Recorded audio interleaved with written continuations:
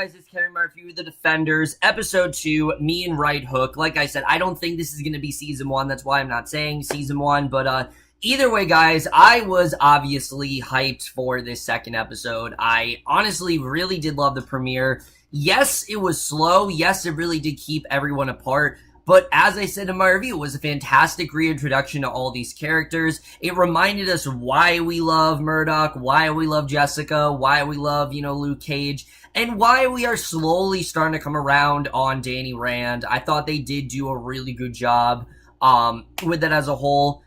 But don't let that episode worry you, because it does seem like in this episode, we're going the completely different direction of Iron Fist. While Iron Fist was very much a snail-paced kind of show, this show's moving full speed ahead, which it kind of has to. I mean, it's got 8 episodes, and it's got to do things quickly, and already in this episode, we got characters meeting, we got a lot of great stuff coming, and it really does seem like the Defenders are already starting to come together. But let's just get in this episode, because I definitely do want to talk about it. And we start off right where the last episode left off, which, like I said, you really can think of this as like an 8-hour movie. That's kind of where they're going with this. But in the aftermath of the quake, we see Matt. He goes to the rooftop and he listens to the chaos. He hears a man warning kids with a gun to take what they want from his store, and Murdoch then runs across the rooftops of the place. He finds the teenage looters heading out through an alleyway, and the owner then shoots at them, and he drops down, he knocks out the owner. His son then aims a gun at him, and the lawyer says that they're just kids, but the son prepares to pull the teenager, and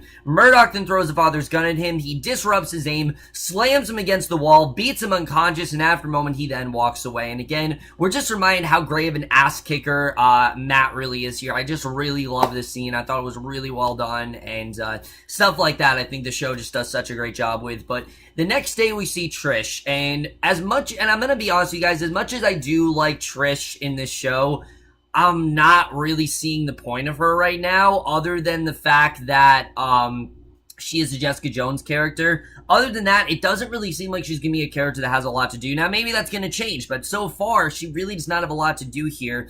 She tries to reach Jessica by phone to make sure that she's okay, and when she reaches a radio studio, she takes callers about the quake and tells them it was centered in Hell's Kitchen, and there's nothing to worry about. And one caller says that Trish is reporting it wrong, and she says that she's a geologist, and says that the earthquake was actually only 300 feet deep, and the line then goes dead, and she goes off the air. She tries to say it's just an earthquake, but they know very well that's not what's going on. I mean, these are not regular earthquakes. There's clearly something more going on, and we know that this obviously is the hand that does this, but she goes off the air. Her engineer says that upper management called and said that they have to lay off the earthquake stuff. So we don't see Trish for the rest of the episode. And I don't know if we're going to see her a lot, but she just doesn't really seem like she fits in here. It's kind of more like she's just here because she's a Jessica Jones character. It doesn't feel like she naturally fits in here like some of the other characters do, which let's just jump into one of those characters right now. Misty Knight, out of everyone, while I do think there are some people that fit in here very well, Misty Knight is the one that fits in here, I think, the best. I mean, she honestly, feels like she fits right in here. I think she's working really well. I loved the stuff that we got with her in this episode, and Simone is just killing it as this character. I mean, I loved her in Luke Cage, but she's doing an even better job in here. I really am loving her here. But she arrives at a crime scene. She meets with Captain Stryber, and he tells her that the apartment is paid for in cash, and the FBI is already there, and Homeland Security is on their way, and they have orders to keep it away from the press, and there are explosives on the desk, and Jessica actually called it in, and Jessica's then there, and Stryber tells Misty that Jessica claims that she was following a client, and Jessica's ready to leave, and Misty then comes over and says that she's got a mouth, and I loved this, the way that she was introduced to Jessica and says she's got a mouth. Just really great stuff there. The police then let Jessica go. Misty sees Jessica take a pack of explosives, and she goes after her, but the PI has already cleared the building, so these two are going to meet up at some point, and just the anticipation of waiting for these two to meet, I thought they set up really well here. Again, Misty unlike Trish, she just feels so organically fits into the show, and I'm loving what they're doing with her so far.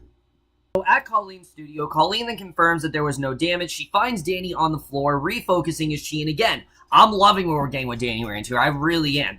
Danny is just, he's a lot more focused, and you can tell that this mission is just a lot more urgent for him. And Colleen then figures that the man who died in the sewer in Cambodia is actually their next clue, and figures that they have allies, and Danny insists that it's his fight, and the man might not have died if Danny had left his post in Kunlun. And Colleen then tells Danny that he's not alone in his fight, and that there are actually people in New York since the man sent him there, and obviously, you know, there are people in the hand that they need to track down. So she points out that the man's sword is rare. There's a workshop in New York City, and the dead man might have frequented the workshop, and Danny wonders if it's a trap, and Colleen says that if it is, then they'll fight their way out. So he points out that they haven't had the greatest luck trusting other people, but assures Colleen that he does trust her. You know, even though there was a lot of mistrust between the two, it really does seem like she wants to work with him, and I really like seeing that. I like that they have established a trust between each other, and that's something I definitely do like. But Murdoch then returns to his apartment. He washes the blood off of his hands. He finally snaps in frustration, you know, realizing that he actually needs to get back in there. So he opens the trunk with his Daredevil costume in it, and Foggy then calls and he closes the trunk, which I thought was really interesting. That, again, he's kind of struggling with, do I want to be Daredevil? Do I not want to be? Because he knows where this led him last time. I mean, remember, he was ready to, you know, give up being Daredevil in season 2, and now he's not really ready to put it to rest. He wants to continue being the Daredevil. You know, he wants to fight crime. There's crime still going on in the city. They really do need him for it, and he can't just put it aside. And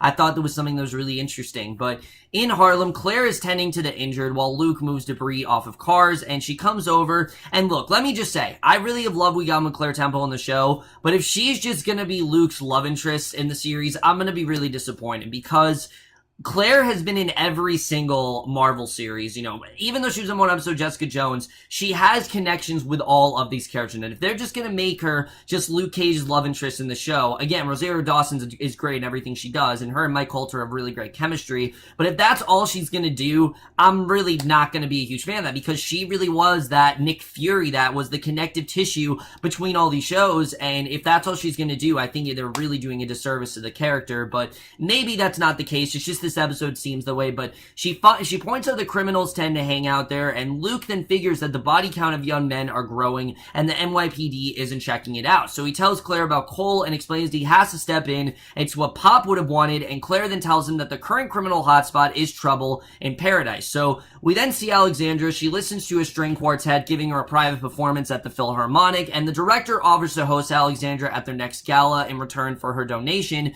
and notes that the piece was actually by Brahms and shows her Beethoven's influence. And Alexandra explains that Brahms tried to capture Beethoven's style and talks as if she knew Brahms, and Gal then comes in, and Alexandra then excuses herself to talk to her, and the older woman says that a wall is blocking their access, and it's full of inscriptions about Kunlun, and they can't tear it down, and Gal figures that the hand would get there eventually, and she suggests they just reconsider their plan. So Alexandra says that she's more stubborn. She figures it's a door, not a wall, and it's meant to be open, and Alexandra says that they need the one thing that the elders of Kunlun valued above all else to open it. So basically, they have to find a way to open this door, obviously. You know, that's kind of what their mission is here. And again, I'm really loving where we're going with Alexandra. Sigourney Weaver, she just, the littlest of dialogue, she just captures the screen so well. Everything that she's in, she's just doing an incredible job in this show, and I'm still in awe that they were able to get someone of her caliber, but she really is doing an excellent job in this role, and really is quite terrifying, honestly. I mean, she really is killing it so far.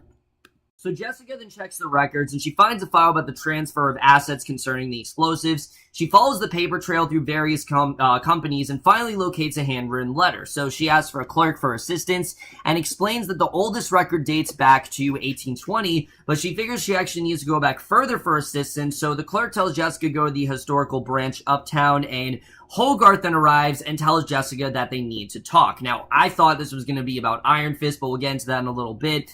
Matt then meets Foggy at Josie's, and they share a drink, and Foggy says that he gets to see Marcy a lot at his new job, and Matt then thanks him for reaching out. His friend asks where Matt and Karen are at relationship-wise, and he says that they're trying to figure things out, and when he says that they can trust Karen with a secret, he says that Matt can trust him and figures that he was actually out fighting during the quake. So he starts to go, figuring that Foggy met with him to check up on him. And Foggy says that he isn't going to judge, but he came to offer him some case files that he's too busy to handle. He says that the defendants are good people who need justice, and it will keep Matt so busy that he won't have time to step out at night. So again, Foggy's trying to prevent him from becoming the Daredevil. And it's understandable why. I mean, he's worried about his friend. You know, he doesn't want Matt to do this anymore because it's dangerous. I mean, what Matt is doing, he's gotten beaten to a pulp. He's been near death several times. Foggy's trying to keep him from doing that. And he misses it's not a long-term solution, but it's the best he's got. And Matt wonders what happens if it doesn't work. And Foggy tells him that they then try it anyway. So I'm really liking what we're getting with Foggy here. Again, Foggy's one of those characters that, unlike Trish, does kind of organically fit into the show. Right now, it feels like just Daredevil Season 3, but I'm sure he will naturally fit in there. But we then see Hogarth. She points out that Jessica hasn't returned her calls and asks her to be careful. Whatever Jessica's involved in, FBI and Homeland Security are on it, and it's big. And she advises Jessica to walk away and let the feds handle it, and says that Michelle has been placed on a federal watch list, and anyone suspected of helping John will be shot on sight, and the government won't rest until they find John. So she wonders if Hogarth's trying to protect herself and tells Hogarth to simply stop worrying about her. And I like that. I like the Jessica. She wants to do this on her own. She doesn't want Hogarth in the way. And, again, Hogarth's a character. I know she's not a main character, but she just feels very forced in here. It didn't really feel like we needed Hogarth to be in the scene. It just felt like, oh, she's in Jessica Jones, so they put her in here. But that night, Luke then goes to the bar. He hears Turk making a sale, and Turk is, again, perfect character to put in here because he connects both Daredevil and Luke Cage together. But he goes over, says that they need to talk, and he drags Turk into the storage room, and Luke demands to know what Mariah and Shades are up to, and Turk says that they ghosted after Luke left. He asks about the kids and who's hiring them, and doesn't believe him when he denies it, and Luke then punches a beer keg, and Turk says that some new guy, White Hat, is involved, and Turk then gives Luke directions. Luke warns if he doesn't like what he's hearing, he'll be back. So again, you get the sense that even though Alexandra's like the big head honcho of all this, there are still some very powerful, there are definitely some very powerful adversaries out there that they need to take down the hand, whether it be Elektra, whether it be, Madame Gao. Now we got White Hat, and I love the way they're saying of this character. I don't know how exactly this character is going to fit in here, but I'm definitely looking forward to seeing how that all turns out. But Danny and Colleen then go to the workshop. They find a sharpened sword like the one the dead man had. It's actually sharpened, and Colleen figures that no one sharpens it unless they plan on using it. So they find an open door, they check it out, and discover several dead men in the next room, all dead of sword wounds, and the bodies are fresh, and Colleen then finds a blood trail indicating that someone was actually dragged out, and Danny figures that the hand was actually responsible, but he doesn't know who the dead man could possibly be. So there's a picture scrawled on the wall, and Danny tells Colleen that it's actually Kun Lun. So very well, this does connect them to that. He knows that they've been, they probably are the men responsible for going after the one dude in Kun Lun, and I do like the way this is all kind of connecting together here.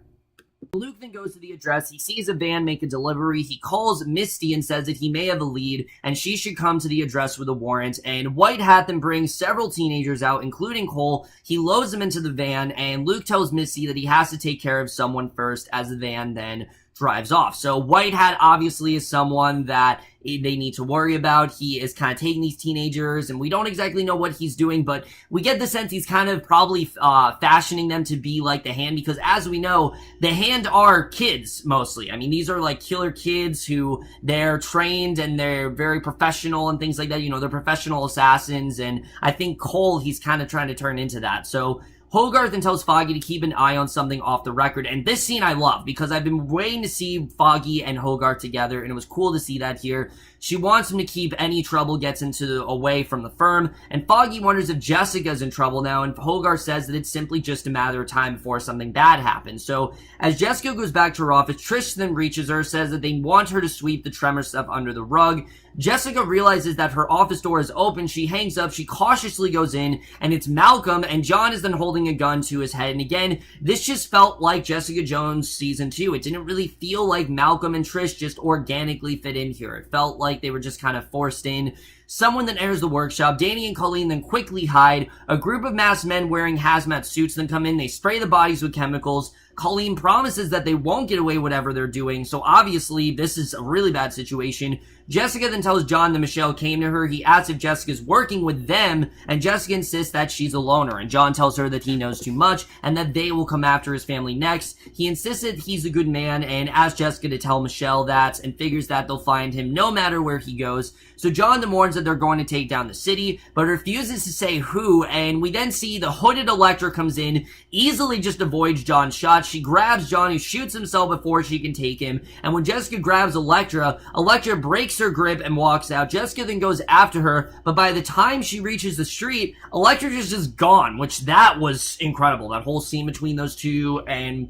Misty then arrives, tells Jessica to get her hands up. So you know, obviously, that Misty is going to interrogate Jessica here, and it feels like this awesome moment where finally these two shows have come together, and I love the way that was done. But Colleen then attacks two of the men. Danny takes on the others, and the last one runs. Danny follows him. He grabs the man and asks if he's with the hand. The man has no idea what Danny's talking about. Danny rips off the mask to reveal that it's actually Cole, and as Danny prepares to punch him, Luke then grabs him, shoves him against the wall, and seeing Luke and Danny meet up was just awesome. I love the way this was done.